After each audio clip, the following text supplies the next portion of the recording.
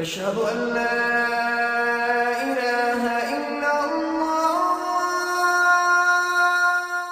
السلام عليكم ورحمة الله وبركاته.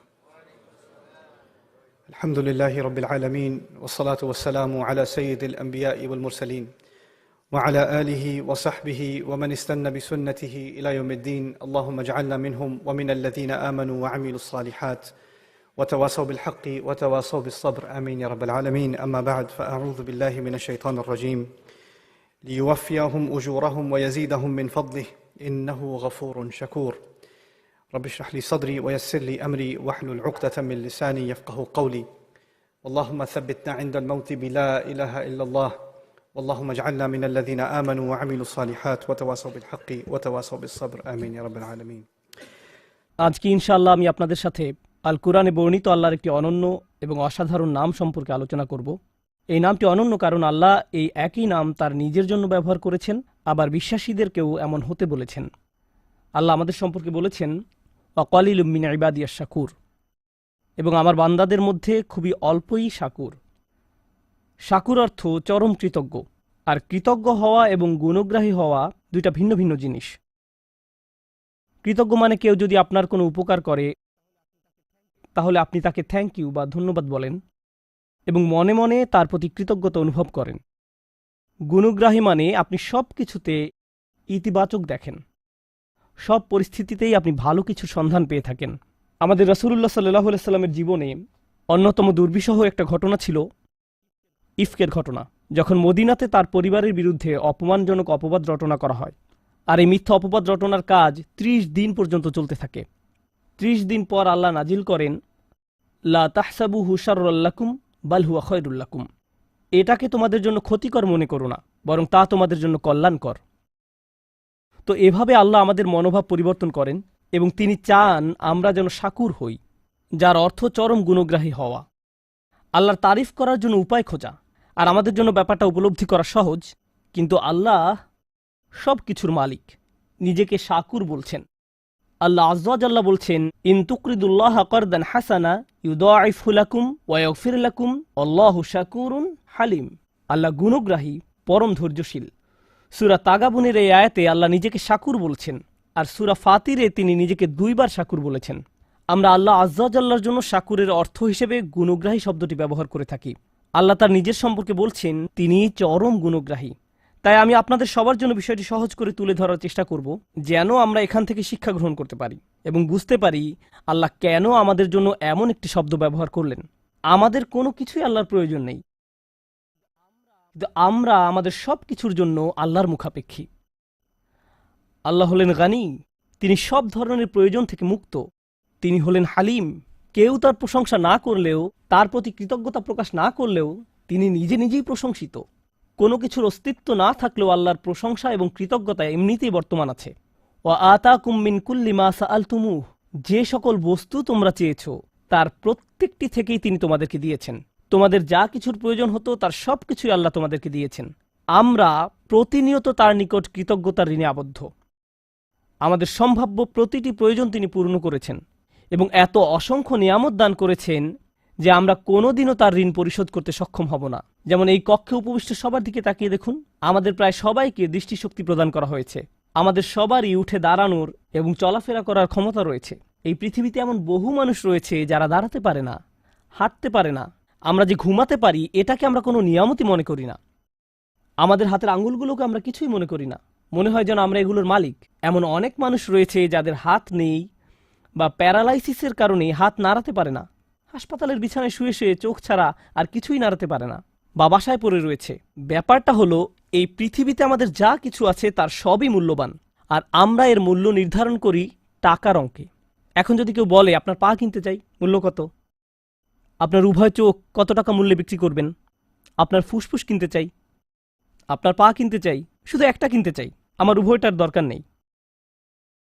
আল্লাহর দেয়া এই মহামূল্যবান উপহারগুলো আমরা প্রতিদিন ব্যবহার করে চলেছি। প্রতিনিয়ত কোনো কিছুর ব্যবহার করতে থাকলে আমাদের কাছে তার মূল্য কমে যায়। এটা আর এমন কি, জাস্ট একটা পায়ের পাতা। আবার অভিযোগ করি এটা খালি চুলকায়। তো আমরা এই মহামূল্যবান উপহারগুলো, যেমন আমাদের শরীর, আমাদের শরীরে বিভিন্ন অঙ্গ প্রত্যঙ্গ, আমাদের পরিবার, বাতাস, ভূমি যার উপর আমরা দাঁড়িয়ে আছি, আচ্ছা কোনো কারণে ভূমিকম্প হচ্ছে না? পৃথিবী সম্পর্কে একটা গুরুত্বপূর্ণ ব্যাপার আপনাদের বলছি। আল্লাহ পৃথিবীকে তৈরি করেছেন তার অনুগত করে। আর যারা আল্লাহর নিকট আত্মসমর্পিত তারা কখনো আল্লাহর অবাধ্যতা সহ্য করতে পারে না। মনোযোগ দিয়ে শুনুন, যা কিছুই আল্লাহর বশ্যতা স্বীকার করে নিয়েছে তার নিকট আল্লাহর অবাধ্যতা অসহনীয়। আর পৃথিবীর উপর বিচরণকারী মানব সম্প্রদায় আল্লাহর অবাধ্যতা করে যাচ্ছে প্রতিনিয়ত। আর যখন তারা আল্লাহর অবাধ্যতায় লিপ্ত হয় তখন পৃথিবী তাদেরকে চূর্ণ বিচূর্ণ করে দিতে চায়। পৃথিবী ওইসব মানুষদের ধ্বংস করতে চায় যারা আল্লাহর অবাধ্যতায় লিপ্ত। আল্লাহ বর্ণনা করেন, প্রতিবার যখন কেউ বলে আল্লাহ সন্তান গ্রহণ করেছেন, তাকাদুস সামাওয়াতু ইয়াতাফাত্তারনা মিনহু ওয়া তানশাক্কুল আরদ, এতে 7 আসমান ফেটে পড়ার উপক্রম হয় যখন কেউ বলে আল্লাহ সন্তান গ্রহণ করেছেন। তারা এমন জঘন্য কথা সহ্য করতে পারে না। এমনকি পৃথিবীও খণ্ড বিখণ্ড হয়ে যাওয়ার উপক্রম হয় যখন কেউ এমন পাপপূর্ণ কথা উচ্চারণ করে। আর এই জমিন মানব জাতির অসংখ্য পাপ সহ্য করে যাচ্ছে প্রতিদিন। সবকিছু চূর্ণ বিচূর্ণ করে দেওয়ার জন্য এটি আল্লাহর কাছে অনুমতি ভিক্ষা করতে থাকে, আর আল্লাহ একে থামিয়ে রাখেন। পরিশেষে কিয়ামতের দিন আল্লাহ পৃথিবীকে অনুমতি প্রদান করবেন, আদেশ নয়, পৃথিবীকে অনুমতি প্রদান করবেন। বিআন্না রব্বাকা আওহা লাহা, আল্লাহ একে অনুমতি দিবেন যেন এতদিন যাবৎ সে তার ভেতরে যত যাতনা বহন করে চলেছিল তা উগরে ফেলতে পারে। এত সব পাপ নিয়ে আমরা যখন পৃথিবীর উপর দিয়ে চলতে থাকি, এটি যে কম্পন সৃষ্টি করে আমাদেরকে ধ্বংস করে না তার জন্য আমরা কতটুকু কৃতজ্ঞ। আমাদের প্রতি আল্লাহ নিয়ামত গুণে শেষ করা যাবে না। আল্লাহ আমাদের যে অসংখ্য অগণিত উপহার দান করেছেন তা আমাদের ক্ষুদ্র মস্তিষ্কের ধারণা ক্ষমতার বাহিরে। এই জন্য পৃথিবীর সবচেয়ে কৃতজ্ঞ মানুষের কথা মনে করুন। এক্ষেত্রে আমার মনে পড়ে ইব্রাহিম আলাইসাল্লামের কথা। ইব্রাহিম আলাইসাল্লামের গোটা জিন্দিগি ছিল আল্লাহর প্রতি কৃতজ্ঞতার জিন্দিগি। জানেন আল্লাহ কিভাবে তার সমগ্র জীবনকে বর্ণনা করেছেন? তিনি বলেন, শাকির আল্লি আনউমিহি, তিনি শুধু অল্প কিছু অনুগ্রহের জন্য আল্লাহর কৃতজ্ঞতা দেখাতে পেরেছিলেন। আনউম ব্যবহার করা হয় অল্প কিছু অনুগ্রহের জন্য, আর নিয়াম শব্দটি ব্যবহার করা হয় অনেক বেশি নিয়ামতের জন্য। অর্থাৎ আল্লাহর অসাধারণ বান্দা ইব্রাহিম আলাইসাল্লামের মতো ব্যক্তিও যদি তার সমগ্র জীবন আল্লাহর প্রতি কৃতজ্ঞতা প্রকাশে ব্যয় করেন, তিনি শুধু সামান্য কয়টি নিয়ামতের শুকরিয়া আদায় করতে পারবেন আল্লাহ তাঁকে যত কিছু দিয়েছেন তার তুলনায়। এরপর তিনি বলেন, ওয়া ইন তাউদ্দু নি'মাতাল্লাহি লা তুহসুহা, যদি তোমরা আল্লাহর শুধু একটি অনুগ্রহ পুরোপুরি উপলব্ধির চেষ্টা করো, তোমরা সম্পূর্ণরূপে এটি গণনা করতে সমর্থ হবে না। আল্লাহর সকল অনুগ্রহ নয়, শুধু একটি নি'মাতাল্লাহ লা তুহসুহা, উদাহরণস্বরূপ চিন্তা করার সামর্থ্য, শুধু একটি অনুগ্রহ। আল্লাহর এই একটি অনুগ্রহ প্রতিদিন প্রতি মিনিটে কতভাবে আমার উপকার করে, আমি আল্লাহর শুধু একটি অনুগ্রহের উপকার গণনা করে শেষ করতে পারবো না। কিভাবে আমি আমার প্রতি তার প্রদত্ত সকল অনুগ্রহের শুকরিয়া আদায় করব? আমাদের প্রতি আল্লাহর জহেরা বা প্রকাশ্য অনুগ্রহ যেমন আছে, তেমনি আছে বাতিনাহ বা গোপন অনুগ্রহ। তিনি বলেন, ওয়াসবাগা আলাইকুম নি'মাহু যাহিরাতাও ওয়া বাতিনা, এবং তোমাদের প্রতি প্রকাশ্য ও অপ্রকাশ্য নিয়ামতসমূহ পরিপূর্ণ করে দিয়েছেন। কতজন মানুষ উপলব্ধি করে যখন তারা রাস্তায় গাড়ি নিয়ে বের হয়, ইউরসিলা আলাইকুম হাফাজা, তখন আল্লাহ গাড়ির সামনে এবং পেছনে প্রতিরক্ষক ফেরেশতা পাঠিয়ে এর নিরাপত্তার ব্যবস্থা করেন যেন আপনি নিরাপদে বাসায় পৌঁছতে পারেন। আপনার গাড়ি যে রাস্তা থেকে ছিটকে পড়েনি সেটা ব্রেক ভালো কাজ করার কারণে নয়, আপনার গাড়ি রাস্তায় টিকে আছে কারণ আল্লাহর গার্ডিয়ান ফেরেশতা পাঠিয়ে এর সুরক্ষার ব্যবস্থা করেছেন। কতজন মানুষ এটা উপলব্ধি করে? তাই আমাদের প্রতি আল্লাহর অনুগ্রহ এত অসংখ্য অগণিত পরিমাণ যে আমরা যদি প্রতি নিঃশ্বাসে শুকরিয়া আদায় করি তবু সামান্য কিছু নিয়ামতের জন্য কৃতজ্ঞতা আদায় করতেও সমর্থ হব না। এজন্যই আল্লাহ মানবজাতি সম্পর্কে বলেছেন, মা কাদারুল্লাহ হাক্কা কদরিহি, তারা আল্লাহকে যথাযথ মর্যাদা দিতে পারেনি। তারা পারেনি। যেভাবে আল্লাহর গুণ গাওয়া উচিত ছিল মানুষ সেভাবে তার গুণগান করতে পারেনি। এটা এক ব্যাপার। এখন এখানে একটু থেমে চলুন, মানবজাতি সম্পর্কে একটু কথা বলি। যখন আপনার ছোট ভাইকে সাহায্য করার জন্য প্রাণপণ চেষ্টা করেন, সে একদিন ফোন করে বলল, ভাই আমার একটু সাহায্য দরকার, আপনি কি অফিস থেকে একটু আসতে পারবেন? আমি তো একটা মিটিংয়ে আছি, কিন্তু আমার আপনার সাহায্যের খুবই দরকার, এখন কি আসতে পারবেন? তারপর আপনি মিটিং ক্যান্সেল করে ট্রাফিক জ্যাম অতিক্রম করে ছুটে গেলেন এবং তার কাজে তাকে সাহায্য করলেন। আর এটা বড় কোনো ব্যাপার ছিল না, তাই ছোট একটা কাজের জন্য গুরুত্বপূর্ণ মিটিং বাদ দিয়ে আসায় আপনি কিছুটা বিরক্ত। সিরিয়াসলি, তুমি এই সামান্য কাজের জন্য আমাকে এভাবে ডেকেছো? কিন্তু এরকম একবার নয়, সে বারবার আপনার সাহায্যের জন্য আপনাকে আহ্বান করে। এরপর এক সময় আপনি আর তার কোনো ফোন কল রিসিভ করেন না। ও আবার সে ফোন দিয়েছে, তখন টেক্সট মেসেজ পাঠান, আমি এখন ব্যস্ত, কল এলে কেটে দিব না, তাহলে সে বুঝে যাবে। এর চেয়ে বরং রিং হতে থাকুক। মানুষ এভাবে বারবার বারবার সাহায্য চাইলে আমরা বিরক্ত হয়ে পড়ি। তদুপরি উপকার করলেও তাদের মনে থাকে না, তারা এমনকি ধন্যবাদও দেয় না, তাদের কাছে এই উপকারের কোনো মূল্য থাকে না। তারা মুখ ঘুরিয়ে বলে, তুমি আমার জন্য কি করেছো? মানুষ এমনটা করে কিনা? আপনি তাদের জন্য সব করলেও তারা অকৃতজ্ঞের মতো অস্বীকার করে। তুমি আমার জন্য এমন আর কি করেছো? এমন কথা শোনার পর আপনি মনে মনে প্রতিজ্ঞা করেন, আমি জীবনে কোনোদিন আর তোমার কোনো উপকার করব না। তুমি তুমি বলছো আমি কোনোদিন তোমার জন্য কিছু করিনি? তোমার মতো ব্যক্তি এই কথা বলছে। এরপর আপনার তাকে স্মরণ করিয়ে দিতে হয় যে তার জন্য কি কি করেছেন। এতে হয়তো সে বলবে, ও তুমি এখন খোঁটা দিচ্ছ, লোকজনকে দেখাচ্ছ যে তুমি কেমন উপকারী লোক। একজন বিশ্বাসী হিসেবে এমনিতে আমাদের কাউকে উপকারের কথা মনে করিয়ে দেওয়া উচিত নয়। লা তুবতিলু সাদাকাতিকুম বিল মান্নি ওয়াল আযা। তোমরা অনুগ্রহের কথা প্রকাশ করে এবং কষ্ট দিয়ে নিজেদের দান খয়রাতকে বরবাদ করো না। এখন একবার ভেবে দেখুন, আল্লাহ আমাদের জন্য কত কিছু করেন প্রতিদিন, আর আমরা কত অল্প ধন্যবাদ দেই তাকে, আমরা কত সামান্য কৃতজ্ঞতা দেখাই। তারপর আমাদের যখন আবারও কিছু দরকার হয়, প্রয়োজনটা আমরা এমনকি মুখ ফুটে চাইও না। আমার ফুসফুসের প্রতি নিঃশ্বাসে বাতাসের দরকার হয়, এমনকি আমি যখন আল্লাহর অবাধ্যতা করছি তখনও বাতাসের দরকার হয়, ঠিক কিনা? আমি আল্লাহকে ভুলে যাওয়া সত্ত্বেও তিনি আমাকে ভুলে যান না। তিনি আমার প্রয়োজন পূরণ করেন। আমার ফুসফুস তার কাছে চায়, আমার হার্ট আরেকটা পাম্পের জন্য তার কাছে চায়, আমার চোখ আর্দ্র থাকার জন্য তার কাছে চায় যেন সে দেখতে পারে। এমনকি যখন আমি চাওয়ার প্রয়োজন বোধ করি না তখনও তিনি আমাকে দিয়ে যাচ্ছেন। আল্লাহর এত সব অনুগ্রহের শুকরিয়া আদায় করা আমার পক্ষে কখনোই সম্ভব নয়। চলুন এখন আমরা শাকুর নামের অর্থ বোঝার চেষ্টা করি। আল্লাহর প্রতি কৃতজ্ঞতা প্রকাশে আপনি সামান্য যা কিছুই করেন, কারণ আমরা যাই করি না কেন তা সবসময় সামান্যই হবে। আল্লাহ বলছেন তিনি আপনার এই সামান্য চেষ্টাকে দারুণ কদর করেন। ইয়া রব, আপনি আমাদের জন্য সব কিছু করেন। যেমন আপনাদের একটা উদাহরণ দিচ্ছি, আপনার প্রতিটি পয়সা, প্রতিটি র্যান্ড, একজন আমেরিকানের প্রতিটি ডলার, একজন পাকিস্তানের প্রতিটি রুপি, ব্যাংকে আপনার যত টাকা আছে, আপনার পকেটে যত টাকা আছে, ডেবিট কার্ড, ক্রেডিট কার্ড, যাই থাকুক না কেন, এর সব কিছু এসেছে আল্লাহর কাছ থেকে। তিনি আপনাকে প্রতিটি পয়সা দান করেছেন, আর আপনি তার থেকে খুবই সামান্য একটা পার্সেন্টেজ দান করলেন। কেউ আপনার দরজায় এসে করাঘাত করলো, আপনি তাকে সামান্য কিছু দান করলেন, কিন্তু আল্লাহ আপনাকে যা দিয়েছেন তার প্রায় সবটাই এখন আপনার কাছে রয়ে গেছে। আর আল্লাহ ভালো করেই জানেন যে আপনি অধিকাংশই নিজের কাছে রেখে দিয়েছেন। এখন আল্লাহ বলছেন, আমি তোমার এই সামান্য দানের মহা গুণগ্রাহী। সুবহানাল্লাহ, সুবহানাল্লাহ। প্রথমত এই টাকাটা তো আমার ছিল না, এই টাকাটা তো আল্লাহরই, এটা তো আমার ছিল না। আল্লাহ আমাকে দিয়েছেন এত পরিমাণ, আর আমি দান করেছি এতটুকু পরিমাণ। কিন্তু আল্লাহ এই অল্প দানেরও দারুণ কদর করে থাকেন। তিনি আমার এই নগণ্য দানও স্বীকার করেন। আমাদের প্রতি আল্লাহর নাম আশ-শাকুরের অনুগ্রহ এটি, আশ-শাকুর নামের অনুগ্রহ এটি। আর শাকুর নামটি আরো দুইটি নামের সাথে যৌথভাবে এসেছে, গফুরুন শাকুর এবং শাকুরুন হালিম। আমার কাছে এই ব্যাপারটা অসাধারণ চমকপ্রদ লেগেছে। গফুরুন শাকুর মানে আমরা যখন নামাজ পড়ি, আল্লাহ আমাদের নামাজ পড়া পছন্দ করেন। আর আমাদের নামাজে কত শত ভুল থাকে। নামাজে কত মানুষ দুনিয়াবী বিষয় নিয়ে চিন্তা করে, কত মানুষ চিন্তা করে তারাবি কি 14 নাকি 15 রাকাত হলো, কতজন মানুষের রুকু সিজদা নিখুঁত হয় এবং অন্তর আল্লাহর দিকে ঝুঁকে থাকে, কতজন মানুষ এটা অর্জন করতে পারে। এত সব ভুল থাকা সত্ত্বেও আল্লাহ কি করেন? মনে করুন নামাজ যদি একটি বিল্ডিং নির্মাণ করার মতো হয়, আপনি আল্লাহকে দিয়েছেন কয়েকটি ভাঙা ইট মাত্র। আল্লাহ কি করেন? আল্লাহ আপনার এই সামান্য ভাঙা ইটের টুকরাগুলো নিয়ে আপনার জন্য বিশাল এক দালান তৈরি করে দেন। তারপর তিনি কি করেন? গাফুর নামের দয়ায় এটাকে পূর্ণ এক দালানে পরিণত করার পর তিনি কি করেন? তিনি আপনার এই নামাজ পড়াকে সমাদর করেন, এই সুন্দর বিল্ডিং এর সমাদর করেন যেটা আপনি নির্মাণ করেননি। এভাবেই আল্লাহ আমাদের জন্য গাফুরুন শাকুর, অর্থাৎ এমনকি আমাদের সওয়াবের কাজেও ত্রুটি রয়েছে, খুঁত রয়েছে। প্রথমে আল্লাহ স্বয়ং ওই ত্রুটি বিচ্যুতিগুলো দূর করে দিবেন, তারপর আমাদের এই ত্রুটিপূর্ণ ভঙ্গুর প্রচেষ্টাগুলোর জন্য আমাদের প্রশংসা করেন।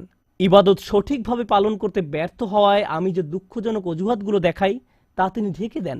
তারপর তিনি আমার এই প্রচেষ্টাকে অ্যাপ্রিসিয়েট করেন।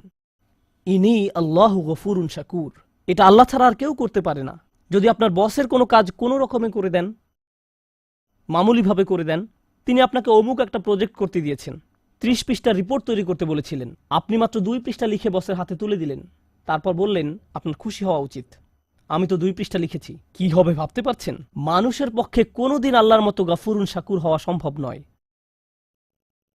যদি প্রত্যাশার চেয়ে কম করেন, তাহলে যার জন্য কাজটি করেছেন তিনি আপনার প্রতি ক্রোধান্বিত হয়ে পড়বেন। কিন্তু আল্লাহ বলছেন, তুমি তো অন্তত চেষ্টা করেছ, আমি তোমার ত্রুটিগুলো ঢেকে দিচ্ছি। আন ইয়াজিদাহুম মিন ফাদলিহি, তিনি যে শুধু আপনার ত্রুটিগুলো ঢেকে দেন তাই নয়, তিনি ভালো কাজের এত সমাদর করেন যে তদুপরি তিনি আপনাকে পুরস্কৃত করেন। ইয়াজিদাহুম মিন ফাদলিহি। সবশেষে মানুষ যখন জান্নাতে গিয়ে উপনীত হবে তারা আল্লাহকে স্মরণ করবে। কিন্তু কিভাবে তারা আল্লাহকে স্মরণ করবে? মনোযোগ দিয়ে শুনুন। তারা আল্লাহর প্রতি কৃতজ্ঞতা প্রকাশ করবে তাদের দুঃখগুলো দূর করে দেওয়ার জন্য। তারা বলবে আল্লাহ তার নাম পূর্ণ করেছেন। কোন নাম? আল্লাহ আমাদের সবগুলো ত্রুটি ঢেকে দিয়েছেন আর তিনি আমাদের প্রচেষ্টাগুলো সমাদর করেছেন এবং আমরা যা করেছি তার চেয়েও অনেক বেশি দিয়েছেন। তিনি বলেছিলেন এমনটি তিনি করবেন। আর শুধু এ কারণেই আজকে আমরা জান্নাতে, কারণ আমাদের কাজগুলো যথেষ্ট নয়, আমাদের প্রচেষ্টাগুলো যথেষ্ট নয়। তো মানুষ জান্নাতে প্রবেশ করার পর ব্যাপারটা আরো ভালোভাবে বুঝতে পারবে। শাকুরের সাথে সম্বন্ধযুক্ত আল্লাহর আরেকটি নাম হলো হালিম। এটাও আল্লাহর খুবই শক্তিশালী একটি নাম। হালিম এর অনেকগুলো অর্থ রয়েছে, একটি অর্থ তুলে ধরব। হালিম বলতে বোঝায় এমন কাউকে, আপনি যখন ভুল করেন, কয়েক মিনিট আগে আমি বলেছিলাম আমাদের ভালো কাজ জান্নাতে যাওয়ার জন্য যথেষ্ট নয়। আমরা এখন সেটা সম্পর্কে কথা বলছি না। আমরা এখন কথা বলছি আমার আর আপনার ভুল কিছু করা সম্পর্কে, কোনো পাপ করা সম্পর্কে, খারাপ কিছু করা সম্পর্কে। দুনিয়ার এই জীবনে আপনি যখন খারাপ কিছু করেন, কোনো পাপ কাজ করেন, যখন মিথ্যা বলেন, প্রতারণা করেন, যখন কাউকে কষ্ট দেন, অপমান করেন, এই জীবনে যখন এমন ধরনের কিছু করেন, তখন এত সব কিছুর পর তাদের জন্য আপনাকে ভালোবাসা কঠিন হয়ে পড়ে, খুবই কঠিন। মা আপনাকে জড়িয়ে ধরতে চায়, কিন্তু আপনি যদি আপনার মাকে ধমক দিয়ে কথা বলেন, চিৎকার চেঁচামেচি করেন, কোনো কোনো মানুষ এমনকি মারধরও করে, আল্লাহ তাদেরকে ক্ষমা করুন এবং তাদেরকে তওবা করার সুযোগ দান করুন। যদি কোনো সন্তান এমন কিছু করে তাহলে মায়ের জন্য কি কঠিন হয়ে পড়ে? জড়িয়ে ধরা এবং বলা যে আমি তার পরেও তোমাকে ভালোবাসি। সন্তানের এই অন্যায়ের কারণে মুখে হাসি ফোটানো কঠিন হয়ে পড়ে। তিনি সহ্য করবেন, অন্তরে ব্যথা পাবেন এবং সন্তানের জন্য ভালোবাসা তখন আর তার থাকবে না। হিলম শব্দের অর্থ হলো সেই ব্যক্তির জন্য আপনার ভালোবাসা এবং যত্ন আছে যে আপনার প্রতি অন্যায় আচরণ করেছে, তারপরেও আপনার হিলম রয়েছে, তারপরেও আপনার ভালোবাসা রয়েছে, যত্ন রয়েছে। এখন এটা নিয়ে চিন্তা করুন, আমরা সামান্য কিছু ভালো কাজ করি, যদিও তা পারফেক্ট হয় না, আগে এ সম্পর্কে বলেছি, কিন্তু আমরা অগণিত খারাপ কাজ করে যাই, ভুলে যাই, বলা উচিত হয়নি এমন কথা বলে ফেলি, তাকানো উচিত নয় এমন কিছুর দিকে তাকিয়ে ফেলি, এমন কাজ করি যা করা উচিত নয়, মানুষের বিরুদ্ধে অন্যায় করি, আল্লাহর বিরুদ্ধে অন্যায় করি। এমন কাজ করলে মানুষ কি করে? কেউ যদি জানে অমুক তার প্রতি অন্যায় করেছে, আপনি যদি জানেন অমুক ব্যক্তি আপনাকে অপমান করেছে, তখন সে যা কিছুই করুক না কেন তাতে কিছু আসে যায় না। আপনি তখন শুধু তার ব্যাপারে একটা জিনিসই মনে রাখেন, সেটা কি? ওই লোকটা আমাকে অপমান করেছে, আমি তার সাথে কথা বলতে চাই না। সে লোক হয়তো হজ করেছে, সে হয়তো দান খয়রাত করে, এতিমের দেখাশোনা করে, কোরআন মুখস্থ করে, সে হয়তো প্রতি রাতে তাহাজ্জুদ পড়ে, কিন্তু আপনি তার কোনো কিছুরই পরোয়া করেন না। সে আমাকে অপমান করেছে, আমি তাকে পছন্দ করি না, আমি তার সাথে কথাও বলতে চাই না, আমি জানি সে কেমন লোক। কেউ যদি আমাদের বিরুদ্ধে কোনো অন্যায় করে, আমরা মনে করি ওই লোক আর মানুষ না, সে তখন ওই একটা অপরাধে পরিণত হয়। সে ব্যক্তি মানে ওই অপরাধ, তাকে দেখলেই অপরাধটা চোখের সামনে ভেসে ওঠে। সে যা কিছু ভালো কাজ করেছে সব অদৃশ্য হয়ে যায়, এসবের আর কোনো অস্তিত্ব নেই। আল্লাহ আজ্জা জাল্লা নিজেকে শাকুরুন হালিম হিসেবে উপস্থাপন করার মাধ্যমে বলছেন তিনি আমাদের ক্ষুদ্রতম ভালো কাজেরও সমাদর করেন। তিনি আমাদের ভয়ানক অন্যায় কাজের কারণে আমাদের ভালো কাজগুলো মুছে দেন না, তিনি ডিলিট করে দেন না।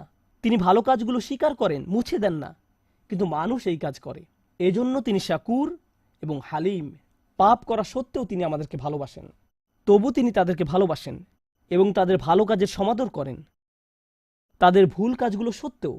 ভাবতে পারেন আয়েশা রাদিয়াল্লাহু তাআলা আনহা হলেন আমাদের মা। রাসূলুল্লাহ সাল্লাল্লাহু আলাইহি সাল্লামের সময়কালে কিছু মুসলিম রাদিয়াল্লাহু আনহুম তার সম্পর্কে এমন কিছু কথা বলে ফেলেন যা বলা উচিত ছিল না। তারা এই অন্যায় কাজে জড়িয়ে পড়ে। যখন তারা এসব বলা বলি করছিল, আবু বকর রাদিয়াল্লাহু তাআলা আনহু খুবই মনক্ষুণ্ণ হয়ে পড়েন। তিনি ছিলেন আয়েশার বাবা, তিনি আবার রাসূলুল্লাহ সাল্লাল্লাহু আলাইহি সাল্লামের খুব কাছের মানুষ ছিলেন। কেউ যদি আপনার মেয়ের বিরুদ্ধে কিছু বলে তখন আপনার কেমন লাগবে? কিভাবে এমন কথা সহ্য করবেন? আর আল্লাহ আজ্জা ওয়া জাল্লা এমন মানুষদের বর্ণনা দিচ্ছেন যারা হযরত আয়েশা রাদিয়াল্লাহু তাআলা আনহা সম্পর্কে বাজে কথা বলেছিল। তোমার উচিত তাদেরকে ক্ষমা করে দেয়া। তাদের একজন মক্কা থেকে এসেছিলেন, এই ঘটনা মদিনায় ঘটে, কিন্তু তিনি কোথা থেকে এসেছিলেন? মক্কা। তিনি আবার বদর যুদ্ধেও অংশগ্রহণ করেছিলেন। আল্লাহ হলেন হালিম। তিনি তাদের ভুলগুলোর আলোকে তাদের সম্পর্কে কথা বলার পরিবর্তে তাদের ভালো কাজগুলোর আলোকে তাদের সম্পর্কে কথা বলেন। আল্লাহ তাদের ভুল কাজের কারণে তাদের ভালো কাজগুলো নির্মূল করে দেননি, তিনি আবু বকর রাদিয়াল্লাহু তাআলা আনহুকে উৎসাহিত করেন এই বলে, আলা তুহিব্বুনা আইয়াগফিরাল্লাহু লাকুম, তোমরা কি কামনা করো না যে আল্লাহ তোমাদেরকে ক্ষমা করেন? তিনি তাকে ক্ষমা করে দেওয়ার জন্য উৎসাহ প্রদান করেন। সুবহানাল্লাহ। এটা হলো মানুষের জন্য আল্লাহর হিলম, মানুষের জন্য আল্লাহর হিলম। আমাদের হিলমের অভাব রয়েছে, কিন্তু আল্লাহর কাছ থেকে আমাদের নিজেদের জন্য আমাদের এটা দরকার। ভাবতে পারেন, আমরা অন্যদের সাথে যেমন আচরণ করি, আল্লাহ যদি আমাদের সাথে তেমন আচরণ করতেন। কেউ খারাপ কিছু করলে আমরা তার অন্য কোনো ভালো কাজের মূল্য প্রদান করি না। শেষ যে ব্যাপারটি নিয়ে আমি কথা বলতে চাই তা হলো, আল্লাহ কোনো কাজের মূল্য দেওয়ার ক্ষেত্রে কতটা সূক্ষ্মতম। ওয়ালা ইয়াতাউনা মাউতিআন, আল্লাহ বলেন, একজন বিশ্বাসী যখন ভালো কাজ করে তার প্রতিটি পদক্ষেপের বিনিময়ে তার জন্য সওয়াব লেখা হয়। আমরা এখানে নামাজ পড়তে এসেছি, আমরা আল্লাহর কাছে দোয়া করি তিনি যেন আমাদের নামাজের জন্য আমাদের পুরস্কৃত করেন। কিন্তু আমরা জানি না যে নামাজে আসার জন্য আমরা যখন গাড়ির ইঞ্জিন স্টার্ট নিচ্ছিলাম, আল্লাহ আমাদের জন্য সওয়াব লিখছিলেন। আমরা যখন গাড়ি চালাচ্ছিলাম তখনও তিনি সওয়াব লিখছিলেন। চাকার প্রতিটি ঘূর্ণায়নের বিনিময়ে আল্লাহ সওয়াব লিখছিলেন। ডিজেল এবং গ্যাসোলিন কেনার জন্য আমরা যত টাকা খরচ করেছি তার জন্য আল্লাহ সওয়াব লিখছিলেন। মসজিদে আসার সময় যখন উজু করার জন্য যাচ্ছিলাম প্রতিটি পদক্ষেপের জন্য আল্লাহ সওয়াব লিখছিলেন। কিয়ামতের দিন মানুষ শুধু মন্দ কাজ দেখে তাজ্জব হবে না, মানুষ অবাক হয়ে যাবে, ইয়া আল্লাহ, এই সামান্য ভালো কাজটাও আপনি আমার জন্য লিপিবদ্ধ করেছেন। এই হলেন আল্লাহ শাকুরুন হালিম। আল্লাহ আমাকে আপনাকে কি কি দেওয়ার জন্য প্রস্তুত আছেন, সুবহানাল্লাহ। শুধু এই ভাবনাই আমাদের অবাক করে দেয়। আল্লাহ আজ্জা ওয়া জাল্লা আমাদেরকে তার প্রতি কৃতজ্ঞ করে তুলুন, যেন আমরা তার প্রতি শুকরিয়া আদায় করতে পারি। আল্লাহ আমাদের কাছে সামান্য যা কিছু চেয়েছেন তা যেন দিতে পারি। তিনি আমাদের কাছ থেকে বেশি কিছু চান না, তিনি আমাদের নিকটে বেশি আশা করেন না। আমরা সামান্য একটুও যদি তাকে প্রদান করি, আল্লাহ তা বহু গুণে বহু গুণে বহু গুণে বৃদ্ধি করে দেন। দোয়া করি আল্লাহ যেন আমাদের সকল ভালো কাজের সওয়াব বহু গুণে বৃদ্ধি করে দেন এবং তার অনুগ্রহে আমাদেরকে তার জান্নাতে প্রবেশ করতে দেন। বারাকাল্লাহু লি ওয়া লাকুম। আসসালামু আলাইকুম ওয়া রাহমাতুল্লাহি ওয়া বারাকাতুহু। أشهد أن لا